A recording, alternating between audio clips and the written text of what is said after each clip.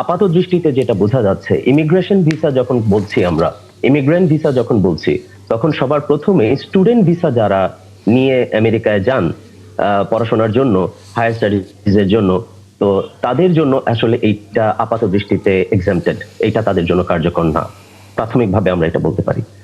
দ্বিতীয়ত যে বিষয়টা আমরা বলতে পারি সেটা হলো যে বাংলাদেশে আসলে এই সিদ্ধান্তটা যদি আপনি আমাকে জিজ্ঞেস করেন যে হঠাৎ করে আসলো কেন, আসলে এই হঠাৎ করে এই সিদ্ধান্তটা আসেনি। আপনার মনে আছে যে আমেরিকা যখন ডোনাল্ড ট্রাম্পকে নির্বাচিত করলো, তখন মার্কিন যুক্তরাষ্ট্র কিন্তু সবার প্রথমে ডোনাল্ড ট্রাম্পের এই কথাটাকেই সবচেয়ে বেশি প্রায়োরিটি দিয়েছিল যে make America first, America first. তো আমেরিকাকে অর্থাৎ আমেরিকান যারা স্থানীয় তাদেরকেই তারা প্রথম প্রায়োরিটিতে দিতে চাচ্ছেন তারা।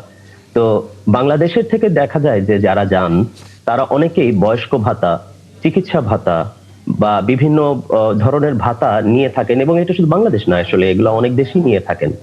তো এই আওতায় তাদের অর্থনৈতিক একটা অনেক বড় চাপের মধ্যে পড়েন। ইমিগ্রেন্ট ভিসায় যারা থাকেন তারাই সাধারণত এই ভাতাগুলো পেয়ে থাকেন। এবং এই আপনি নিশ্চয়ই জানবেন যে এই চিকিৎসা সম্পূর্ণ ফ্রি কিছু কিছু ক্ষেত্রে। তো এটা অনেক এক্সপেন্সিভ একটা বিষয় গিয়ে দাঁড়ায় আমেরিকান অর্থনীতির জন্য যদি আমরা গিয়ে দেখি। তো এইটার জন্য যেটা হয় যে আমেরিকান অর্থনীতির উপর যে প্রভাব, সেই প্রভাবটা কমানোর জন্যই আমেরিকা, মার্কিন যুক্তরাষ্ট্র এই সিদ্ধান্তটা নিয়েছে। যদিও এখানে একটা বিষয় উল্লেখ্য যে এখানে তারা একটা শব্দ ব্যবহার করেছে, সেটা হলো যে পজ, অর্থাৎ কিছুদিনের জন্য এটাকে স্থগিত রাখা। কিন্তু এটা কতদিনের জন্য স্থগিত রাখা সেটা আমরা এখনো নির্দিষ্টভাবে বলতে পারছি না।